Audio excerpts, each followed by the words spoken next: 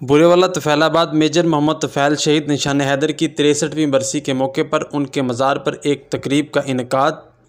पाक फ़ौज के चाको चौबंद दस्ते ने सलामी पेश की और फूलों की चादरें चढ़ाई गईं।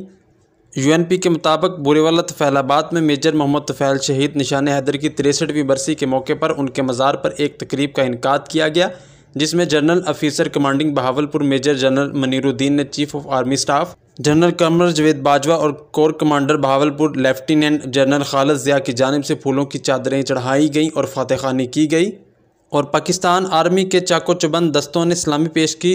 शहीद के मज़ार पर तकरीब को देखने के लिए मकामी ख़वातीन और बच्चों समेत शहरियों की कसीर तादाद ने शिरकत की। इस मौका पर इंतज़ामिया, शोहदा की फैमिलीज़, कानून नाफज करने वाले अदारों के मुलाजमीन, ज़िली इंतज़ामिया, शहरियों और रिटायर्ड अफसरान ने भी शिरकत की, जबकि शहरियों ने मौजूद शुरका के हमरा खुसूसी दुआ में शोहदा को खराज तहसीन पेश करने के अलावा कश्मीरियों से इज़हार यकजहती, मुल्की सलामती और इस्तेहकाम की दुआएँ भी की।